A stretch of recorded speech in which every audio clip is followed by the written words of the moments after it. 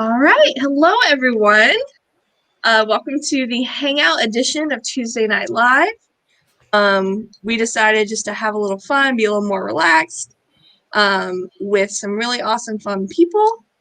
I'll let them introduce themselves today because it's a hangout. I'm not in charge. So, Hi, I'm Savannah. Hey, I'm Brittany. I'm Skylar. really, that's it. You're not going to say anything about yourself. There's not much to say. My favorite flavor of ice cream is vanilla. I mean, I'm Savannah. I'm known as the crazy cat lady. Nice. I'm Brittany. I graduated. I do nothing. That's a whole mood. All right. Well, we have the most random selection of questions and topics for tonight. However, we're hoping to get some more from you guys in the live stream. So feel free to put them in the comments and we will tackle them as well. So we are going to start off with kind of a softball question. Who is your confirmation saint and why did you pick them? Well, my confirmation saint, her name is Marie Amandine. And when I was looking for a confirmation saint, someone handed me a book of just like all the saints. And there were so many that I just almost started panicking. And I was like, and my middle name is Marie. So I was like, okay, I'll start there. And I went through all of the Maries, and there were quite a few of those. And Marie Amandine really stood out to me because she not only like shared a name with me, which I found is a like connection to her, but she also like had such a strong connection to family. And she moved to China from, I believe, England, to start teaching the gospel there. And she started working with orphans, and like family was her big connecting point, and that was her like driving factor. And that's something that I really like connected with. And she ended up being martyred for her faith in China. So I just thought it was a really touching story, and it struck a chord. Awesome. Yeah. So my confirmation saint is Saint Augustine of Hippo, and I picked him. Like you, I got like a book handed to me with lots of names and was kind of terrified. But I really resonated with his story. I think for me he was probably one of the first ones in the book, but starting with A. But yeah, his story of kind of spending time away from the faith. He grew up like his mother was Catholic, but he didn't really participate in the faith, and then actually when he went to college he really rejected his faith, but he eventually came back into it and became like a doctor of the church and a really influential thinker for Catholicism. And that was really inspiring to me, that someone like you can fail and make mistakes but still be a good Catholic at the end of the day. And that's, I think, a good lesson for me. So I can't talk. So my confirmation saint is Saint Philomena, and Skylar and Savannah, you picked yours on like how you connected to their stories. I picked mine a little differently. So I had to pick my confirmation saint in my religion class, and I was gonna pick Saint Clare, but my friend chose her first. And you could pick the same confirmation saint, but I was like, as a kid, I was like, I don't like doing what anyone else is doing. Like, I don't want to be like somebody else. Like, I didn't want to pick the same saint she did. So I was like, okay, I'm not going to pick Saint Clare, but I know what saint I want to pick. I want like their feast day to be on my birthday. And so at the time, St. Philomena's feast day was like a little iffy. I don't remember like what the issue was, but I remember I picked her because my mom had some like Saint CD on her. I don't know if y'all like your parents had those, but my mom always had like Saint movies and Saint CDs, and that was one of them. And I heard her story, and she was martyred when she was 13. And I was like, I'm going to pick Saint Philomena, but I didn't really know when her feast day was. And come to know, her feast day was on my birthday. So it all worked out. So that's why I picked Saint Philomena. It's just like, it was one of those, like, you don't pick the saint picks you type things. Right. So Nice. that's who my saint, my confirmation saint is. So I came into the church as a college student, so I did not pick it in the normal way.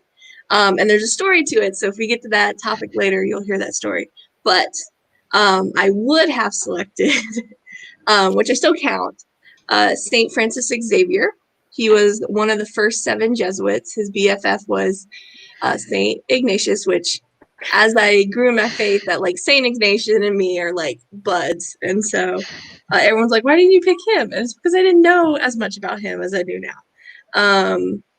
He was an evangelist to India and China. He was the first one, first kind of Catholic allowed into Japan, and all over kind of a lot of the Asian provinces. He's actually the co-patron of all foreign missions with Saint Teresa of Lisieux. And one of the cool things that I really appreciate is like he kind of set the tone for how the Jesuits do mission work, and they really encourage native priests, so the people from that community being educated to become priests for their own church. And he felt that it was up to the missionary to change and adapt to the culture, not the culture adapt to the missionary. And so as I was learning about that, becoming Catholic, I really kind of connected with that and resonated. And while, yeah, everyone has problematic stuff from being back then, I really kind of, those aspects resonated with me. I'm not the only one who, you're not the only one who can't talk today, Brittany. I'm struggling too. So that would have been my saint name, which hopefully we'll get into that story a little later. So now for some hot takes or lukewarm takes. Top 5 Pixar movies. So what we're going to do is we're going to, one at a time, start at the bottom of our list and work our way up. And you have to kind of defend your position because other people may think your idea or your movie is not as good as theirs. So we're going to have a little bit of fun with this one. So I actually only have 4 because I couldn't think of a 5th one because I'm very picky about my movies. So I'm going to tap out at number 5 and let you guys do number 5. Oh, okay. What do you think, Brittany? Well, okay. So whenever I saw this question, like how I'm gonna answer it makes sense when I say them all together. Okay. Well, first I should have checked this first, but is Toy Story a Pixar movie, right? Yes. Yeah. Okay, so it would have been Toy Story 1, 2, 3, and 4, and then Monsters Inc. Nice. All right. So that's okay. Coming out swinging. So is Monsters Inc. your number 5 choice? Like, is that kind of at the bottom of your No, list? that's at the top. It's at the top. Okay. So is your Toy Story movies in the chronological order, or is it? Yeah, pretty much. Well, Toy Story 4 would be number 2, and then it would be 1, 2, 3. Okay, wait. So third Toy Story is your bottom movie then? It's at the bottom 5, yeah. Why? I just didn't enjoy it as much as the other ones. I mean, yeah, I just didn't enjoy it as much. I really thought that was going to be the end of the Toy Story saga. When they went to Bonnie. Yeah. Yeah, I guess I also thought that as well. Like, they're going to end it there. Like, there's no way they could make a 4th movie and it still be good. And they still somehow made it good. I don't know. The 4th one was, I don't know, one of my favorites. Yeah. I mean, Forky was probably one of my favorite characters in the series. Yeah. My number 5 is Finding Nemo. I think that one's just a good movie, like for the lessons it teaches you, you know. And also, you gotta love Dory. Just a forgetful little fish. Just keep swimming. Just keep swimming. That's got some iconic quotes in that movie. Yes. The pelican is definitely a fave. Yes. And the fish, the starfish, and like presses up against the glass all the time, and then he moves back and like screams at him. Yeah. That scene when they're all like in the fish tank doing like the uka chaka, like that. Hands down, one of my favorite scenes. Yeah. And then there's Darla. Like, wake up, fishy! Yeah. Fishy. Yeah. I think probably Cars would be my number 5. Yeah. I put Finding Nemo's at my number 4. So that's but they're neck and neck. I forgot about Cars. That one's a good one. Yeah. No. Oh. No? I think just the first Cars. The other ones, I don't know. Didn't they make like 2 more movies? Mm-mm. Yeah, I didn't even watch planes. I couldn't even make it through the whole first Cars. I was like, and I'm done. Okay, so my number 4 is Up. That's my number 1. Yeah, that's my number 1 too. Oh, okay. You're gonna have to really defend this. Like, I should put more thought into my movies. Oh my gosh. So there's a reason why I can only pick 4 because there's a couple I haven't seen, which I didn't feel right ranking the ones I haven't seen. And then most of the other ones are good, and I'd watch it if it's on TV. But these are the ones that I will actually like select to see. So other than like the Cars ones, all the rest of the Pixar ones are actually pretty good. I really like Up. It gets a little how do I word this? It gets a little like formulaic in parts, kind of mid to end. But I really, really like the beginning of it, so that's why it's my number 4. I think the beginning of it sells it for me. Like that just makes it number 1 purely on like the first couple scenes alone. Like I could just watch that part on replay and it'd be an amazing movie. I agree. I relate to Doug on an emotional level. Like I see squirrel, I bolt, you know? So. I have a family member who's pretty much the Doberman Pinscher that's got a little voice box that makes it all squeaky. Yeah. Like, you know, you just gotta love that. You don't expect that voice. So, Skylar, you said your number 4 was Finding Nemo? Finding Nemo, yeah. Okay. My number 4 is Wall-E. Okay. Okay. That is also my next one. Wall-E.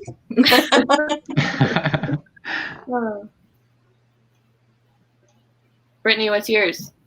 So what were we at? Number 4? Number 4. Yeah, so that would be Toys. Okay, so while during this, I was thinking and went, is Ratatouille a Pixar movie? Yes. Yes. Okay, I love that movie. So that movie number 1. So I think number 4 now is I got my numbers all mixed up. 1, 2, 3, 4. That'd make Toy Story 1 as my number 4. See, my problem, all the Toy Stories blend together for me. So I don't know, like, it's been a while since I've watched them. So, like, differentiating the stories, I'm gonna be like, yeah, sure, toys, yep. You got it. I just had them on VHS, and they were like movies I watched as a kid. That's why like Toy Story and Monsters Inc. are like my top ones because I had those on VHS, and those I watched all the time. So they just like, I don't know, just watched them as a kid, so they stuck Oh. with me. You guys also have to remember I'm a little older than you guys, so like this was like end of high school, beginning of college when Pixar movies came out. So they don't. While I really like them and they do have nostalgia, it's not quite this. They don't hit the same. If we were talking about like 80s and 90s stuff, it'd be a different conversation. Mhm. So like I don't know if y'all caught. I let it slip that I've only seen the first Toy Story. I haven't seen any of the other ones. So. I That's okay. remember like people talking about at the time, like those early Pixar movies, like Toy Story, being really impressive, like Mhm. animation wise. Was Yeah. that kind of your first reaction too, or? Yeah, like I remember watching the first short I remember watching was The Lamps. Yeah. That was the very first thing I ever saw of Pixar, and I was just like, that is really cool. That's what I wanted to do, but I am not artistic. Because I was actually, I took drafting and 3D design in high school. Realized I'm not good at it. And then like I remember watching the I have a list of shorts as well because I was really into the shorts more than the movies. So I have a list of 5 and I had to like delete 3 or 4 of them because my list was like 8 different shorts. So I remember those a little bit more because they would be released before the movies kind of started getting really popular. So I said my number 3 was Wall-E because that little sad depressive robot's just adorable. Yeah, and the concept's pretty good on that one too. Like it's one of those like futuristic things that like it could possibly happen. So. Yo. My third is Incredibles. Okay. That's a good one. That was a fun one. I was so excited for The Incredibles 2 to come out, and it wasn't like a bad movie in my opinion. It just wasn't that memorable. But Incredibles 1, that's memorable. Yeah. Even I remember lines from that movie. Super suit. Where's my super suit? Oh, yes. That's classic. Edna Mole was my favorite. Yeah. But no capes. Yeah. Which one was the "you sly dog, you caught me monologuing"? Was that 1 or 2? Yeah. Oh gosh, what's his name? Oh, I can't remember. But yeah, that's a good one. No, Boy Incredible or something like that. Incredible Boy. Incrediboy. Yeah. Yeah, that's it. Yeah. I think he changed it to be more villainous, but yeah, that was fun. See, this one was a toss-up for me between Wall-E and The Incredibles. So either or. Okay. So I switched to my number 3 to A Bug's Life. Oh, that one's good too. That's a very early one. Yeah. I think that's the earliest one. Yeah. I think so. I don't have bugs. Yeah, I worked at Blockbuster Video to age myself for like 6 weeks when I was in like high school or right out of high school.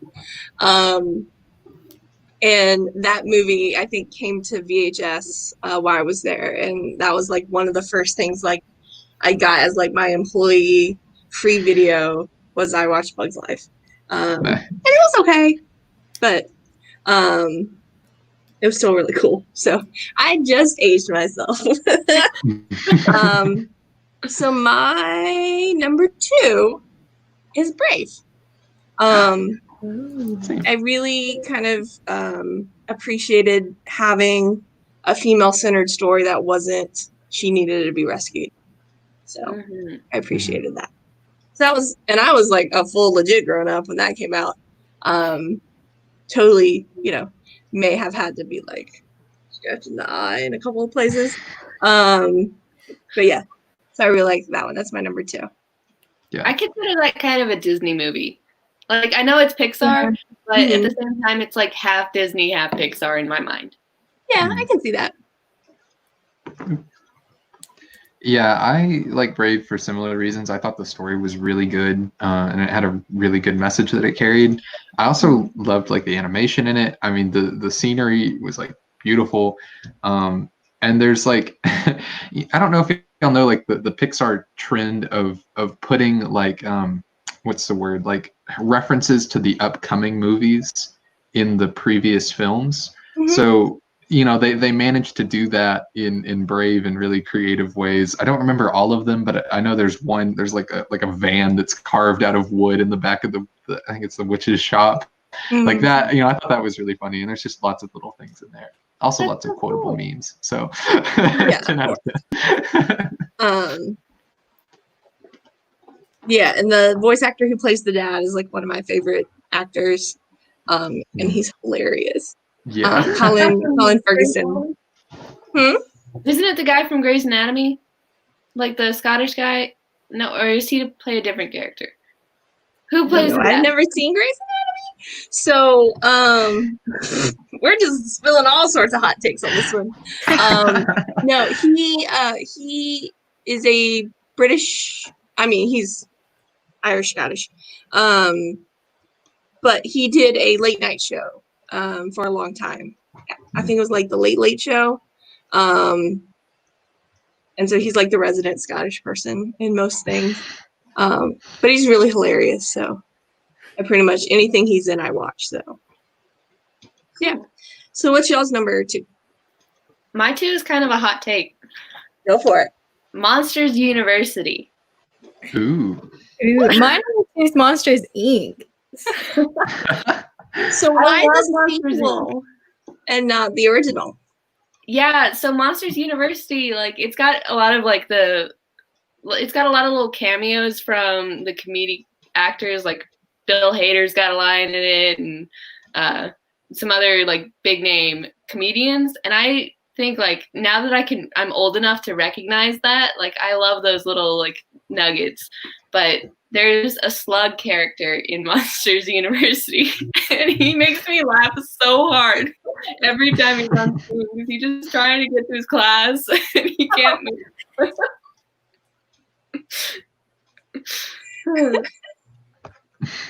I don't know. It's just that's my kind of humor. Yeah. I don't know. I like the first one because Boo's in it, and I don't know. They're like in trouble most of the movie, and then at the end, you're like crying because he has to say goodbye. Yeah. Oh, Yeah. classic. Y'all, I have made a egregious mistake. So I went and looked up the list of Pixar movies, and I have discovered that I forgot about Coco, and it did not end up on this list. And that is a failure on my part. So I'm going to change my number 3 to Coco. That was a good one. Yeah. So does that make your number 2? Yeah, Brave? I think Brave is still ooh. Okay, I think I'm gonna keep Brave at 2.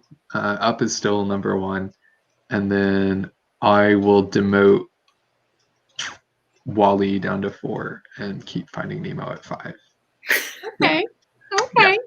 Re-ranking. Well, we've got a very similar list now. A little bit. Oh, okay. Yeah, I've still got Wall-E at 1, or no, sorry, Up at 1, Wall-E at 4, and Finding Nemo at 5. So. All right. Not too Did far you off. tell your number 2, Brittany? Yeah, it was Monsters Inc. Okay. So my number 1 is Coco. Ooh. Nice. Okay. Total, like, I don't really cry. You guys know me, I don't cry that often unless I'm very angry.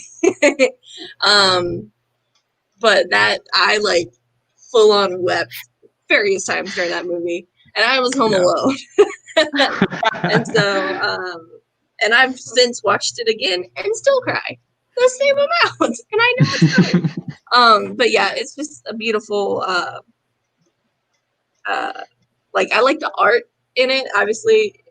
So while we were setting up, we talked about some of the interesting things in our apartments, and I have a number of kind of sugar skull things, and I just like that kind of art, and the historical context and the cultural context within it. It's very beautiful, and so yeah, I really, really like it. So that's my number 1.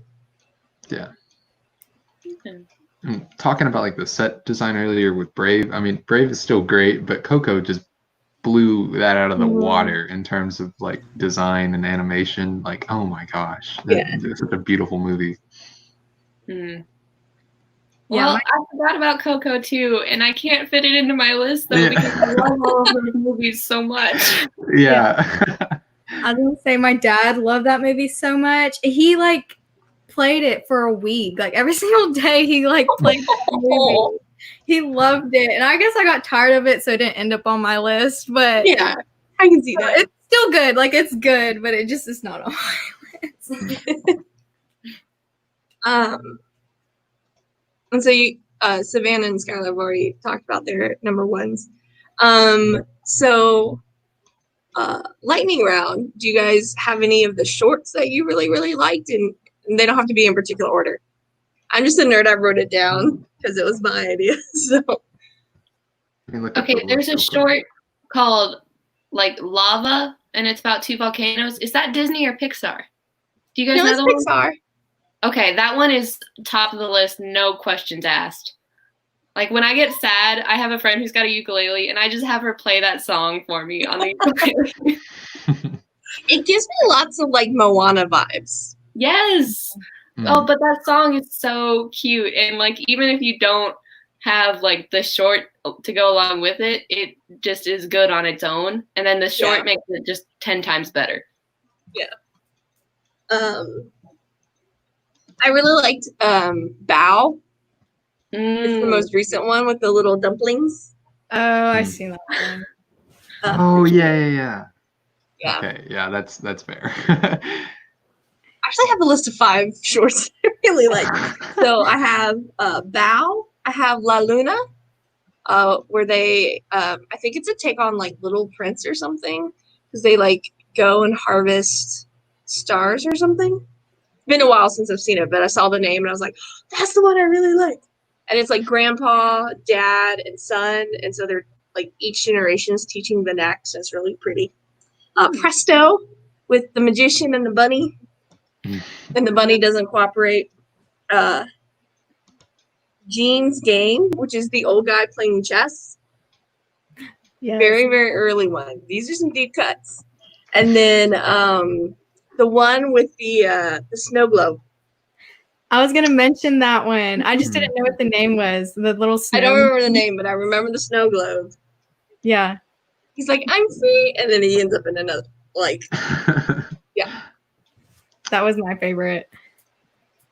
I'm ashamed to say that I haven't seen too many of the shorts. I've seen the Snow Globe one, and I've seen Jack Jack Attack from The Incredibles. That one was pretty good. I thought that was funny. But I do have, so it's not directly like released by Pixar, but it was made by former Pixar animators. It's really sad, but it's called Borrowed Time, and that it's like a feels trip. So make sure you get the form signed because it's a trip. So just fair warning. There's one that a CCM person came dressed up as them for a Halloween party one year. The paper man, the paper plane. With the paper airplane?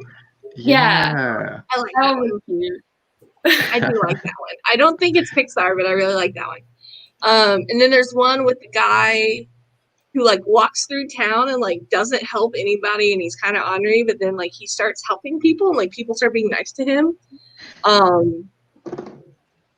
don't know who makes it, but it has almost similar art styles to like Ratatouille a little bit.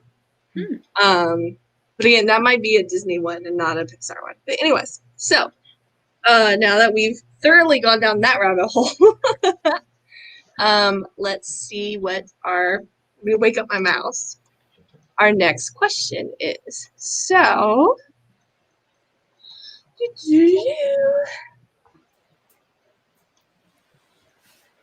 what would you cook if the Pope was coming over for dinner?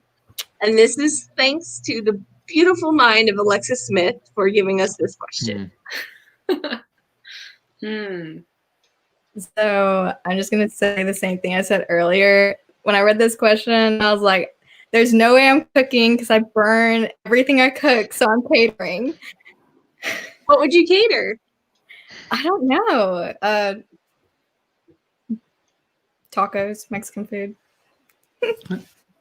He's Argentinian, so I mean, he.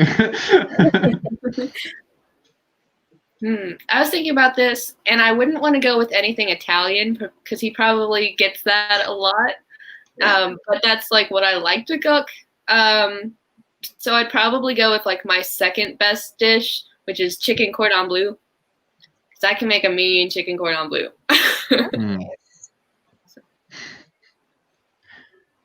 What about you, Skylar?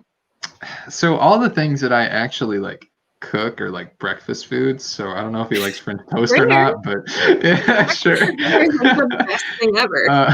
Yeah, but like if I could bring something in, you know, I'm just gonna turn this into like what's my favorite dish, and I'm hoping that he likes it too. I had halibut in Alaska. It's this like really ugly looking huge fish, but oh my gosh, it was like the best meal I've ever had, and I cannot recommend it enough. So yeah, probably that if I could somehow get that here. I absolutely took this question way more seriously because I have like an entire like 3-course meal. I would do dumplings to start with. Probably some sort of chicken or beef dumplings with some ginger soy sauce. Then, and none of it goes together just because that's me. Then I would do homemade macaroni and cheese, roasted broccoli, and then either chicken with like my homemade barbecue sauce on it, or I would do like a pot roast. I know you say pot roast and mac and cheese don't go together, but they do in my brain. And then I would make my famous s'mores cupcakes, which is graham cracker base, dark chocolate cake, toasted marshmallow cream inside with marshmallow buttercream and dark chocolate swirl frosting with crumbled graham crackers on top. So you tell that I like to cook and bake. Ooh. I have had like a Casey special because if I make anything fancy for people, I usually make some variation of that. Yeah, I have not had the pleasure of trying those cupcakes, and that is a travesty. So we're gonna have to remedy that. I think I made them for CCM a couple years ago, and then I made some red velvet cupcakes as well. Like legit red velvet, not the food dye, but like the Dutch chocolate, and you add a little bit of vinegar, and it turns it red. Actual red velvet, not food dye. Lazy people. That's a hot take. So we're gonna move on from that one because I can talk about food stuff all day long. So let's do something nice and easy. What is your favorite sport or hobby? An easy answer for me is volleyball because I did volleyball for years, like from 4th grade on. But recently I've been like watching like a ton of stuff on YouTube and Netflix, and I found professional tag, and they get like parkour people and like free runners, and they go all over the place through these obstacle courses and like are playing tag, and it is so much fun to watch. And I just think that like that would be such a fun sport to play. Yeah. That sounds fun. I think I've seen that before. That when you were describing it, I was like, I think I've seen that. It's like a jungle gym type course, and they're jumping through it. Okay, I think I've seen what you're talking about. Yeah, that seems like a ton of fun. I think I'd be too clumsy to play that. I'd be falling, like tripping over my own feet and stuff.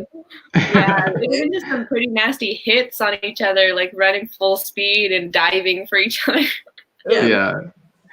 That's why I was thinking like paintball is really fun, but I don't like getting shot at either. So, you know, pros and cons. Probably like hobby wise, you know, it's computer stuff, hacking or like coding projects. Those are always really fun. So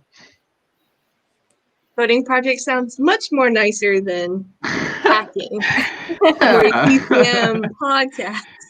Well, For legal there's a reasons. lot of different sides of hacking.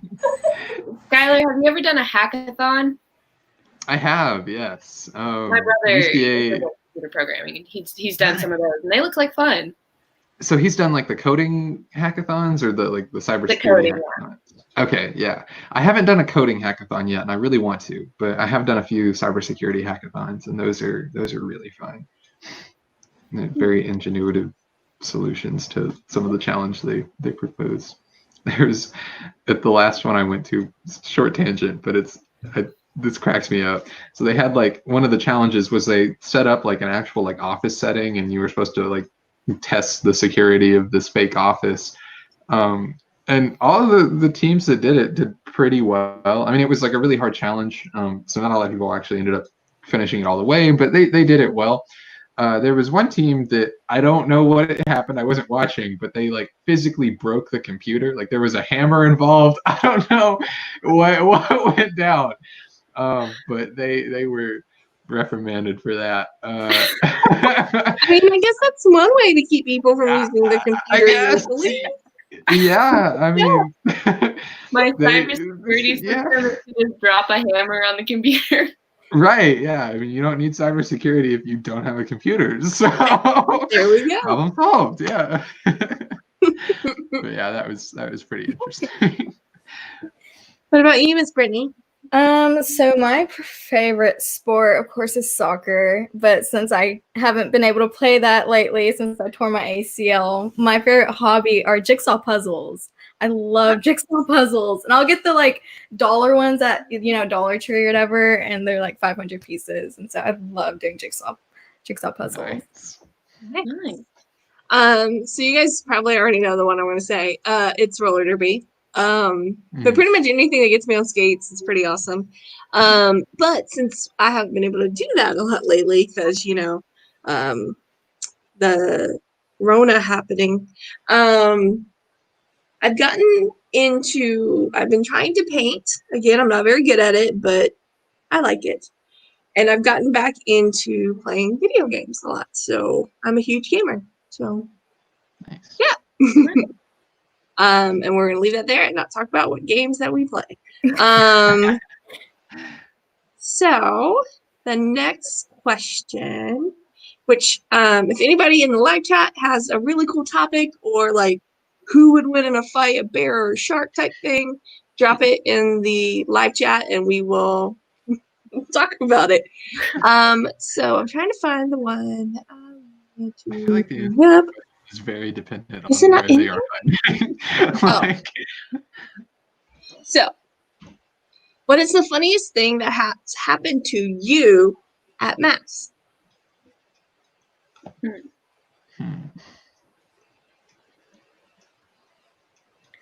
I mean, some funny stuff has happened to like my siblings that we all as a family laugh about.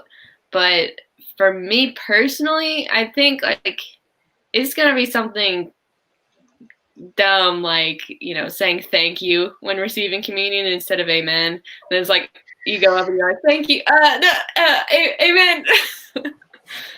I do that way too often. And then another one is when I was in high school and we used to do the Pledge of Allegiance all the time. Sometimes we would go to start a prayer and I would put my hand over my heart instead of like. That is amazing. It's okay. I would do the opposite, and for like the Pledge of Allegiance, I'll like step in the sign of the cross, and I'm like, oh. Yeah. So I don't have a funny story at Mass. I just thought of like recently, like how you have to wear the mask. I went to communion and I forgot to put my mask down, and Father Jeff's like, "Put your mask down." Like, how are you gonna like receive it? And I was like, "Oh my gosh!" Like, I guess I was just more embarrassed because Father Jeff called me out on it. But I don't really have like a funny story at Mass. Yeah. I have a couple. So this one will be one that isn't necessarily at Mass, but it was at church. I was leading a prayer in front of a bunch of middle schoolers, and we put the music stand at the end of the stage. and they said, don't move the music stand because you won't see the edge of the stage because of the lights. Why did I move the music stand? To be emphatic with what I was saying, and I stepped right off the edge of the stage and fell face first in front of a bunch of middle schoolers. I I have a ton of these. This is so sad. Now that I'm thinking about it, there's a ton. I was supposedly rappelled down from the top of a huge mega church. We didn't actually rappel. We got up on a chair and went a few feet up, and then they moved the chair when the little kids were coming in for Vacation Bible School, so it looked like we were climbing down. I was a character in the thing. And I was supposed to climb back up as they were walking away.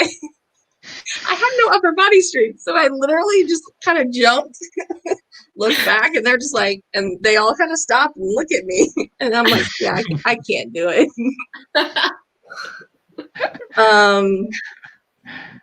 Let's see. I had a baby as an EMC right after becoming Catholic, and a mom and her baby came up, and the baby was knocked out until I go to say blood of Christ, and the baby reaches up and pulls down really fast before we could do anything, and everywhere. And I was just like, and that was fun. And the priest was trying not to laugh at me the whole time. Because, you know, he was my intern advisor person, so like we were friends. What else? Something recent. I missed the pew. Like I said, I can keep going. Oh, but the one I mentioned earlier was when I was becoming Catholic, I had gotten to know the bishop because he would come visit me at the hospital I worked at when he would kind of make his rounds. And he also he really liked his campus ministries, and so he'd visit. And there was a medical school attached to VCU, which is where I went to college. And so he's really connected. Every bishop kind of has their little special thing that they're super into. And our bishop at the time in Richmond was really into medicine and medical ethics and healthcare. And so we had kind of gotten to know each other. And then me and my older sister were both entering the church. We look very similar and have very similar mannerisms. So they ask a series of questions and you have to respond yes, you know, as a group. But apparently, because we were literally standing stark in front of him, we answered not only in unison, but in harmony. And so he started giggling, which made us giggle. And then when he came through to give us to complete our confirmation, he took one look at me because I was first in that group, and he just kind of started laughing.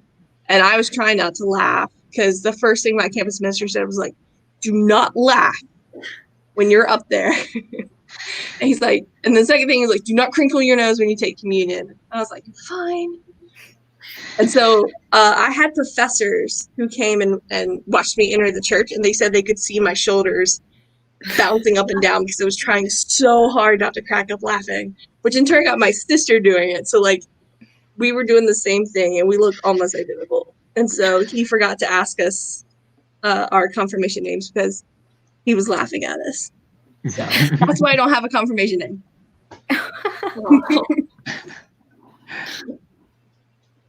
So yeah, I embarrass myself all the time. Oh, crazy. Okay, I'm okay with that. Okay. Awesomest superhero. And I'm well aware awesomest is not a word, but we're gonna roll with it. Is this different from the most Catholic superhero question, or are these two separate? What? I mean, I know the question's different, but I remember in the email that was one. Was it that one? Oh. I may have copied the question wrong. That's okay. That's okay.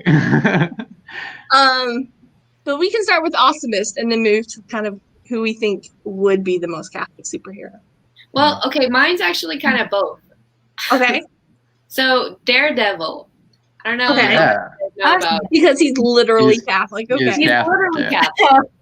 And I think that he's cool not only because he's Catholic, but he's also blind. And you know, he's got like superpowers so that he's like he can sense more than, you know, just it's basically like he can see because he can sense so much, but he's still blind. So there's like the, you know, like the diversity aspect to it. And then he's also got like a lot of moral situations that come up that they address, and they talk about the morality of stuff in both the comic book and the TV show they did. And it's not always perfectly, like he doesn't always do the right thing, and he doesn't always choose the right decision, but that's part of life. And they come back to it later, and they address like the decisions he's made and how he's not a perfect human. And I think that's, you know, part of being, you know, Catholic and human is like you make mistakes and you have, you know, opportunities to make up for it. So yeah, I like from the show, I don't know if this is consistent to the comics too, but like in the show, even though like he had worked as kind of a big time defense lawyer and was like really good at his job, he could have been making a lot more. He and was it Matt Murdock, that's his name, right? And then his other friend, so I remember they would take on like the less profitable cases that like needed to be won. You know, like I think the show opens with the kid that was in a chemical accident like he was, and I thought that was really cool. Like even though they don't pay that well, it's still a just cause that he would take up for. So yeah. I went the other way with the question. I can never just pick one of anything. So my awesomest superhero is actually two. Wonder Woman and Batman. I've always been super interested in Batman because he's not actually, I mean, some people would say the fact he's so wealthy, that's his superpower, which, I mean, isn't wrong. But, you know, he's not special. Like he still gets hurt. He doesn't have infinite power. He doesn't have, like, he can't heal himself like Wolverine. He doesn't have echolocation. Like, so he has to come up with creative ways of trying to correct the bad in society that he can. Now, it could be argued that he heals people because, you know, could be you argued. hit someone and you toss them off the roof. Problematic. But I also have recently started really getting into Wonder Woman, particularly the newest, probably the last 10 or 15 years of how they portray her more as kind of like a whole person rather than just like this like goddess type of person, even though she kind of is. But she also is one that kind of stands up for the people who don't really have a voice. And so that's kind of Catholic. I didn't apparently read the question that I sent you guys. I sent the question to you. So that's funny. So like, you know, obviously Daredevil, because he is Catholic, would be a Catholic superhero. Trying to think. I would almost say Spider-Man kind of gives the same vibes because he, like, yeah, he has superpowers, but he is, you know, kind of society wouldn't see him as someone that has authority or power to kind of help people and make a difference, but he uses what his abilities are to help people. And I think that's especially for being, usually he's a teenager. Here lately, they've moved him into kind of college age, which kind of changed the narrative. But back when he was like 14 and doing these things and choosing to care for other people is kind of a, you know, super Catholic thing, because most 14-year-olds, you know, go through not caring about other people.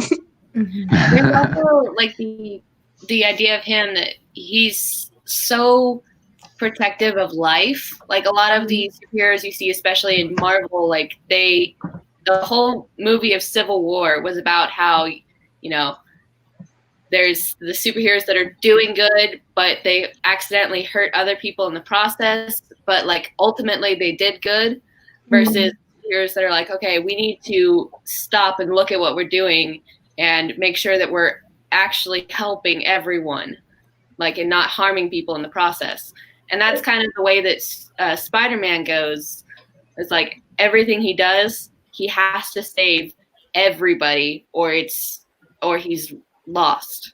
And that's kind of like the pro-life, like Catholic view. So, yeah.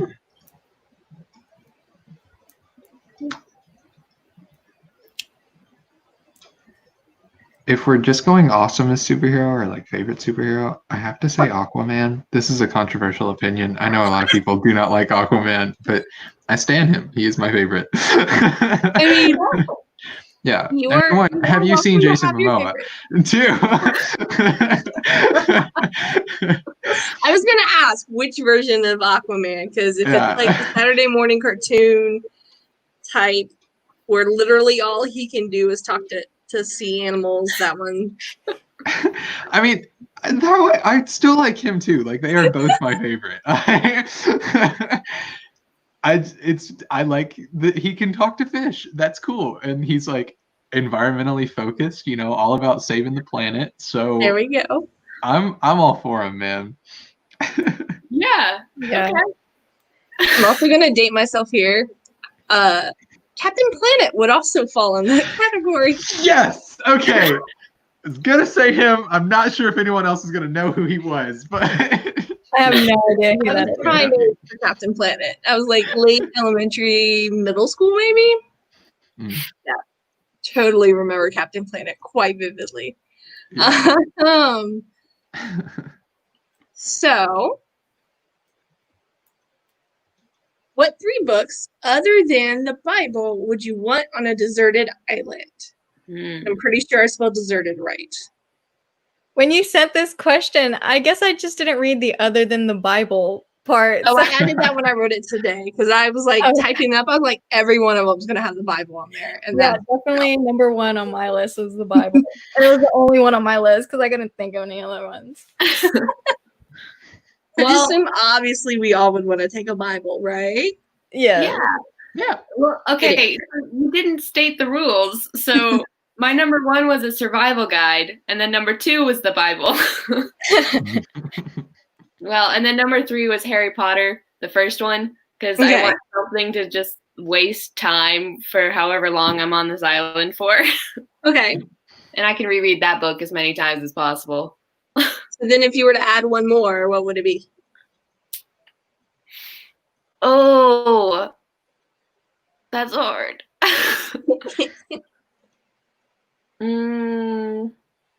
One of my favorite books of all time was Fahrenheit 451. That's a good book. Yeah, and not a lot of people like of my generation know it because that was one that we kind of had to read in junior high. But oh man, I fell in love with that book, and it's like one of those kind of looking at like how the world could possibly go, kind of like Wall-E, but it's more on the like the I don't know what could happen if censorship is taken too far, and I think that's an interesting concept. Yeah. I agree with you. I really like Fahrenheit 451. And I know a lot of people say that like 1984 makes the point better about like the what the future could look like, but I think the story of Fahrenheit 451 is far better because I remember like I cried at the end of 451. I mean, it was good. So that one resonated with me more, and I think in that way conveyed what it was trying to do better. I feel like it's making like a parallel point. They're different enough. They're trying to get at the same general idea, but they're both kind of going a different path to get there. They're definitely the same genre of like the, post-apocalyptic. Because what's funny is I have the other one in that genre, Brave New World, which is one of my all-time favorite books. Like I reread that book every couple of years. I think I picked up a copy, so I always give it to people to read, and I never get it back. I think I picked up a copy a couple months ago, and so it's on my stack to read. But it's in the same vein of like 1984 and Fahrenheit 451, kind of getting at kind of what the future could be, but kind of coming at it from kind of a different perspective. Ender's Game is my other one. I love book. Author's problematic, but I like all of his books. I like the Ender's Game series. I like the parallel series, Bean's story, where they follow Bean and then Ender's siblings back on Earth.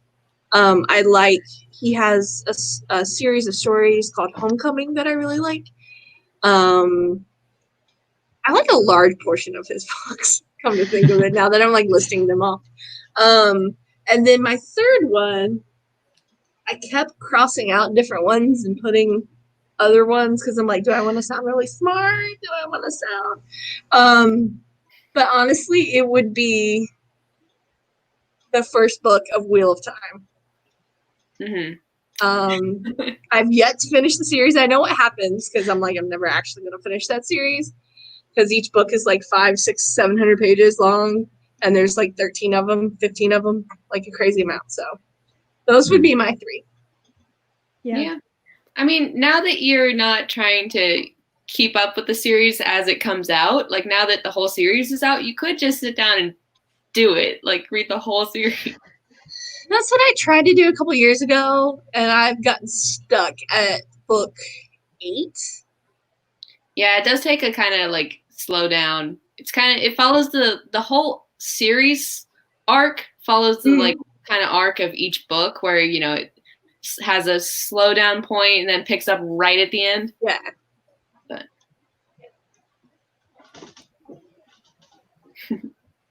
so you said one of them would be 19. Oh, who was talking? I was just gonna go for it. Say some books, I guess. So yeah, I said when I was thinking about it, I was like the Bible, some survival book, the Hunger Games, I don't know, something like that. And then the third one probably Lord of the Rings or The Hobbit. Okay. Nice. Yeah, if we do like if we do series like that, like Harry Potter or Game of Thrones or something like that, can we have like the whole collection, or do we just get the unsatisfying? No? Okay. Then probably my favorite one-off story, honestly, I'm gonna have to agree with Savannah on this, is Fahrenheit 451. That's between that and the Pixar, we have some similarities here. Yeah. But yeah. Well, I thought about putting Fahrenheit 451 on mine, but I'm like, I can't have two depressing apocalyptic books. There's like a variation of this question that programmers like to ask. Like if you had a computer on that deserted island, what programming language would you take with you? And so usually my answer to that is like C, and I'd take Bjorn Strostrup, the guy that wrote C. Like I'd take his copy of the C programming language and just memorize that, because I will understand that language one day. It's so complicated, but I want to. But if not that, how would you do it if it's the deserted island? Like there's no power. You know, hypothetical Turing machine. I don't know. But yeah, so Fahrenheit 451, a survival guide, and then probably like Norton's Anthology of Literature or something, you know, like smart. But, yeah. So lots of stories. All right, so our last one, so we can end it on somewhat churchy conversation. Top 5 praise and worship songs. This doesn't necessarily mean your favorite. The best. The 5 best. Are we going to do it the similar way as the Pixar, where we all start at 5?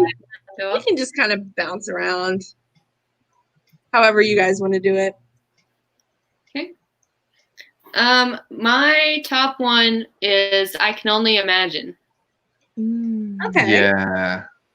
I think that one was a childhood song, like, that I heard as a kid growing up, and like it still gets me emotional, so it's going to be in my top list for like all time. when I was growing up, my church had a habit of like, processing out the mass with like really happy, upbeat songs, and I really liked a lot of those. So like, I forget the name. It's like "Bring Forth the Kingdom." I think it might be the name of it, but like "Bring forth the kingdom of justice, bring forth the kingdom of peace." Like ones like that, or "When the Saints Go Marching In," stuff like that. Just really happy. I like those. "On an Eagle's Wing" is really good too. Yeah. I put "Lord, I Need You" as top 5. Yeah, Nice. that's a good one. I have "How Great Thou Art." Yeah. My former Baptist heart loves that song so much. That's a good one. Old Rugged Cross. I get started. It's like the end is iconic. You have to do the retard to slow it down, or it doesn't get the feel. So, Yeah. "How Great Thou Art" is my number one, because I guess I'm going to go the other way. My number 2 is "I Am Mountain" by Gungor, which isn't kind of a traditional praise and worship song, but I'm going to count it because it's my list. Yeah. What about you guys? My number 2 is "Brother" by Need to Breathe. Okay. It's a good song.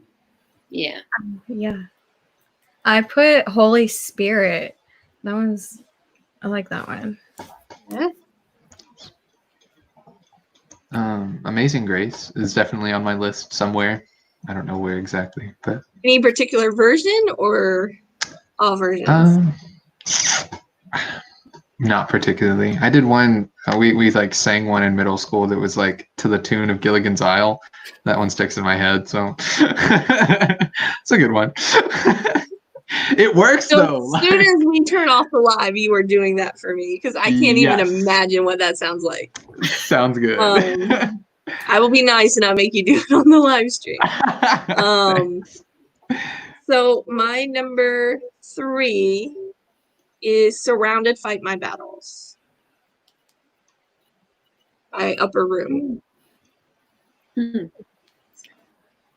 My number 3 is "Good to Me." Very nice. My number 3 is "Oceans." Were you there the day we did the sped up version and like blew everyone's mind at AO? No, I was not there.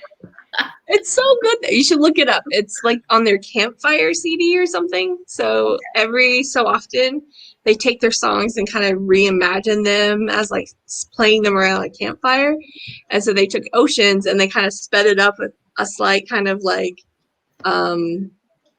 not really bluegrass feel, but slightly bluegrass feel. And we played it because we hadn't played "Oceans" the whole year at AO, and people were getting feisty about it. And so we're like, we'll play it on the last day. And so Bob and I found that version, and we played it, and people were like, what? Like they couldn't like comprehend, like, do I clap? Do I like lift my hands? Like, what do I? Yeah, you threw them off. But it's so good though. You should check it out. Okay.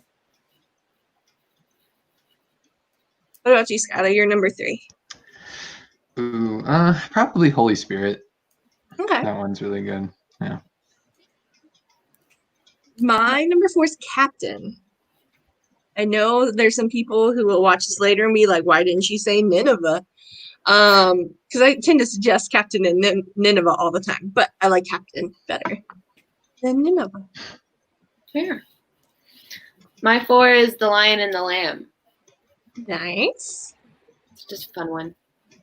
I put "Our God" as number 4. Yeah. Yeah, I love that song. I don't know. I always get like so hyped up when that one comes up.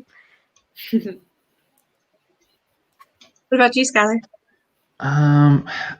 This is more of a Protestant-y one, but my grandfather loved this song, so okay, that's bad motion. Not the Protestants over here. No, but "The Old Rugged Cross," that one. That's a good one. Yeah, it's a heartstring. The version by Randy Travis? Yes, yeah. I don't even like country, and that's a legit version. Yeah. So again, my list, my rules. I can do what I want. I could not I couldn't decide between two. So I have two for the last one. And I'll explain why. So one is a song by Jars of Clay, Love Song for a Savior. So 90s, so cringy on so many levels, but I love it still. And then the other one is Lord of the Dance. Because again, just so cringy and awkward to sing that at mass. It's a Catholic like hymn. And it's so cringy, but I love it. Every time it plays, I smile. Because it's so awful. Oh, Casey. And I'm sure there's people who are like, that is like the best song ever. There's so much theology. It's an awkward song, but it makes me smile. So there's also a song that is to the tune of Pure Imagination from Willy Wonka.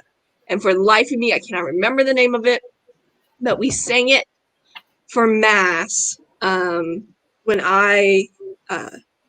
my first year at U of A. It was just one of the suggestions for Mass music, so the students played it, and we walked in for Connect, because I was in charge of Connect. The other campus minister was in charge of Mass. We walked in and sat down, and they started playing, and I was like, "Pure Imagination." And I looked over to the students around me, and they're like, "That's Willy Wonka, right?" And I'm like, "Yeah." So I can't remember the name of the song, but there is a song in Breaking Bread that is to the tune of Pure Imagination.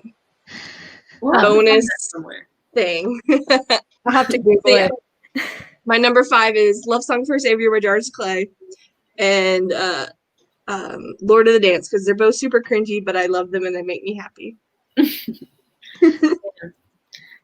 There's a lot of songs in Breaking Bread that I love. I just can never remember them after like I've made it out of Mass, and like I don't have a good memory for songs. But as for like just praise and worship music, CeCe's Lullaby is my number 5.